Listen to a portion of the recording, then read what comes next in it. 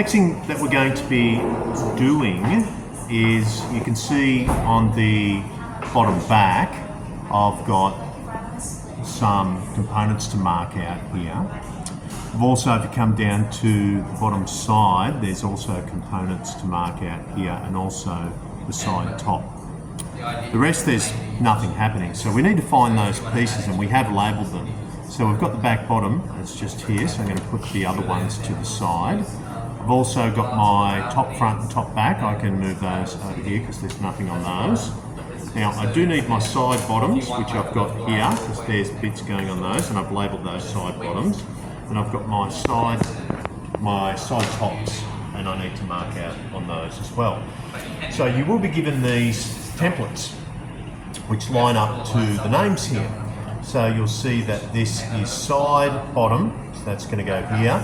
This is side top, that's going to go here, and this is the bottom back. So let's mark out the bottom back first. And all we're going to do is bring it over the side. We want to have this as a template to mark out from. We just need to make it flush on either corner, like so, and then we're just going to just trace over that line. We're going to flip it over the other side and make sure that it's going to be, if it's on this side, we've got to make sure that it's on that side there. So we just bring it there, make sure it's flush on the top and the side. You can see that it's going to be on the same side there. Just double check that, and we're going to square that over like that. And we bring it over to the other side so that it's exactly the same on that top section. So we're aiming, I'm just going to put a little thing like that to say that's going to be the top of the box. So flush at the side, just feel it with your fingers, hold it into place and mark it out. And then if we flip it around from that side, make sure it's at the top, flush, great. It's going to go on like that. So that is almost completed. Next thing I want to do is just take my tri-square, and I'm just going to mark out that line, which should join to that line. It's going to be a little bit more difficult for this one, because this is where my cuts are going to go, so I'm just going to square that across like so, and do that the same on the other side. So when I am cutting this out, because it needs to be chopped out, it's going to help me to cut it out accurately, like so. So that piece is done. All right, now we go to we'll just go to the side bottom, and it's this little section that needs to be cut out. And you can see that it's only here, it's not there. So it's only on one face. So I'm lining that up square, and I'm just doing that, chunk, and I'm going to flip it around. I want that to be to the top, so I'm just going to flip my template around, and I'm just going to go chunk. And from there, just take my square, and I can square across there. This section's going to be a little bit harder to draw that, so I'm just going to sort of draw it on there and make sure that it's going the other side. I'm just going to mark X, which sort of means that's what I'm going to cut out. Same with this one here. All this bit here is going to get choppaged out. All this section here is going to get choppaged out.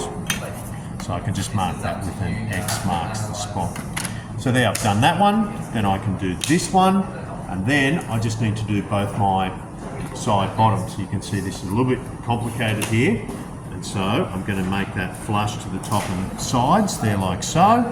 You can see that I've got a bit of a gap on this one, but we're fixing that for the template, should be for the new templates that you'll be getting. And I'm just going to go over the top like so, and you can see that it's both on the same side. And then tri-square, I'm going to square that over. One, I'll square that up to the side. Two, and you can see here, it's going to be a bit hard to get my square onto it, so I'm just going to draw it on there. It sort of draws up, and that's X marks the spot, and I've got one more to do, which is on this side. So I'll have, but I'm not doing it here, I'm just doing it there and there. Okay, so once you've marked all those out, you might want to check with me, and then we'll cut them. We're going to be cutting out these little sections which I've marked with an X so far. So I've got just one side of the side bottom that's been marked out, the other side of the other side bottom that's been marked out. We've got the top side that's been marked out and both ends of the back bottom, so we need to cut those out. This little section here is a 3mm section, so we're going to be using a chisel to mark that out, to cut that out. For the rest, we're just going to be using a dovetail saw. These are also called Japanese pull saws, which they're very fine work.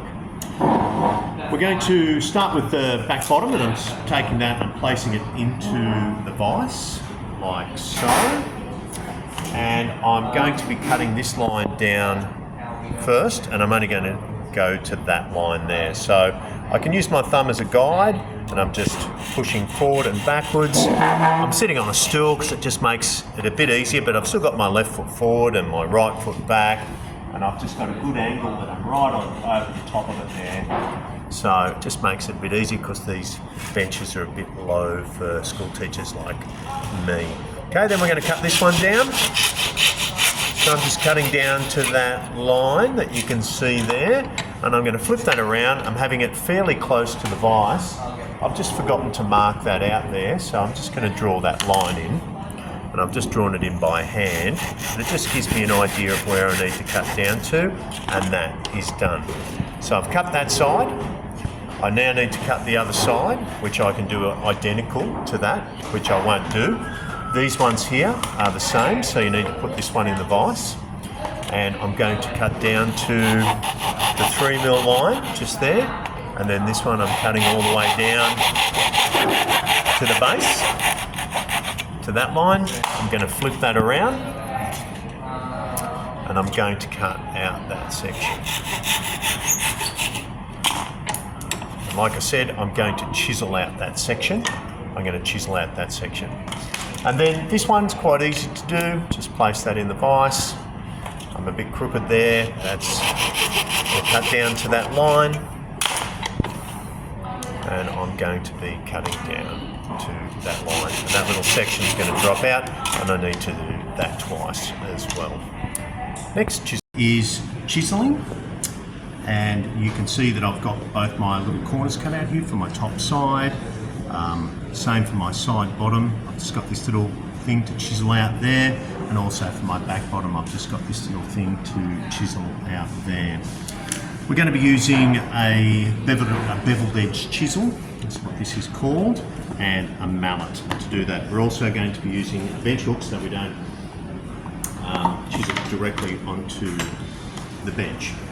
Alright, you'll notice that with the chisel it's got angled side and it's got a flat side. So we need to use that in a particular way when we're chiseling. We're going to have this flat side face towards what we call the angled side facing towards the waist, which is the X side. So we're just going to hold this like so, and we're going to take the angled side and we're going to be facing that towards the waist that we're going to get rid of. The flat side is facing towards the stuff that we want to keep. We're going to take the mallet on the top here and we're just going to give it a bit of a tap, not hard, a bit of a tap, and then we're going to move it across so that we get the whole line. So what I've got now might actually start to fall out is a small line and a small line. Then I'm going to flip it over, and this is where I'm going to be doing the lion's share of the work. So from here I can give it a tap, I move across and give it another tap. I've also got the beveled edge or the splayed edge here facing towards the waist, and I'm tapping again. I go back over here and I give it one more tap, and pretty much the whole thing comes off. I've got a little bit to fix up here, so this is where I can use the vise. I can place it back in the vise, and then I'm going to take my chisel like so. I'm going to have the flat edge again towards the good stuff that I want to keep, and I'm going to have the beveled edge facing up. What I can do a thing called pairing, where I just go over the top of that and just clean it up. I can also use file if I want to clean up all those extra little sections and bits and pieces. Got to be careful with the file because if it's ply, this might actually flake off and break, and that we don't want that to happen either. You've also got some little furry bits here. You can just take some sandpaper and run it off those corners, and it should just clean those up as well. So I need to do that process again for this other side. I need to chisel out this side here. And I also need to chisel these out as well. Now these are easy ones. So what I'm doing here, I'm going to have that beveled or splayed edge towards the waste and the flat edge towards good stuff. I'm just going to give it a tap. I'm then going to flip that over onto the other side, and this I can give it a decent tap. Watch your fingers, they need to be away, and the chisel needs to be vertical. I give it a tap, and that's taking care of that. Again, I can then go into the vise, place it in the vise, and start chiseling. A couple of safety things with the chisel. Never chisel towards your hand. That's really important. Never have your hand out in front. That's 101. If this slips, it's going to go in.